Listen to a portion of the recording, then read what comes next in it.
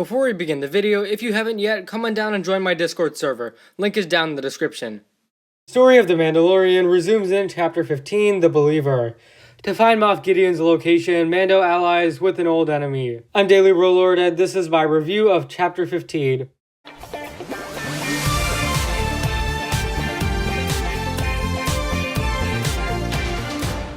Hey guys, welcome back for another review. Last week, I expressed concern that Mayfeld might not be that great in this episode, and I'm happy to say I was very wrong. In fact, he was actually very good here. We see a more fleshed out side of this character that we didn't in Chapter 6.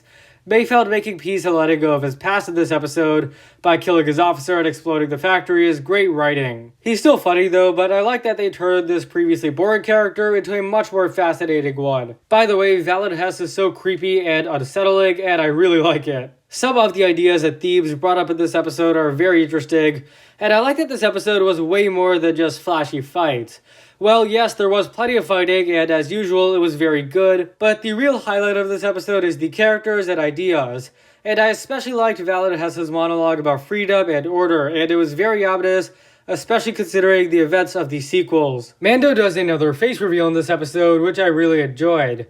And I would definitely be up to see his face more in the future because I like variety.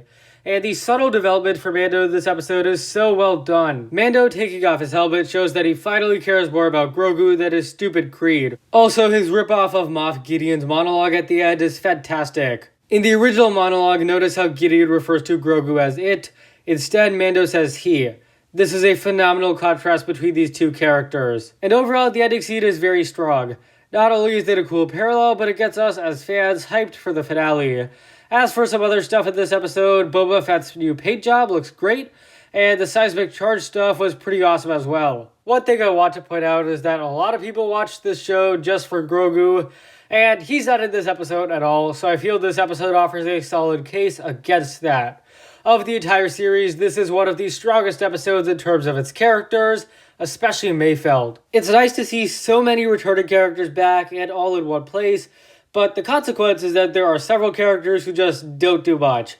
And I'm mainly talking about Cara and Fennec, who do very little here. Aside from the first scene, Cara should not have been in this episode, and Fennec could have had more to do. Even Boba doesn't do as much as I would have hoped, but that's okay because there is still another episode for us to see these guys more. On the outside, the Believer appears to be a standard fetch quest, but there's way more than meets the eye. I'll be giving it a 9.5 out of 10, and this is definitely one of my favorites of the season. But seriously, the hype is on for the finale, which, if you can believe it, is out in only a few hours.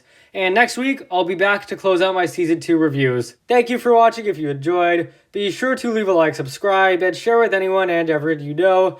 Share your thoughts on this episode below, and I'll see you next time.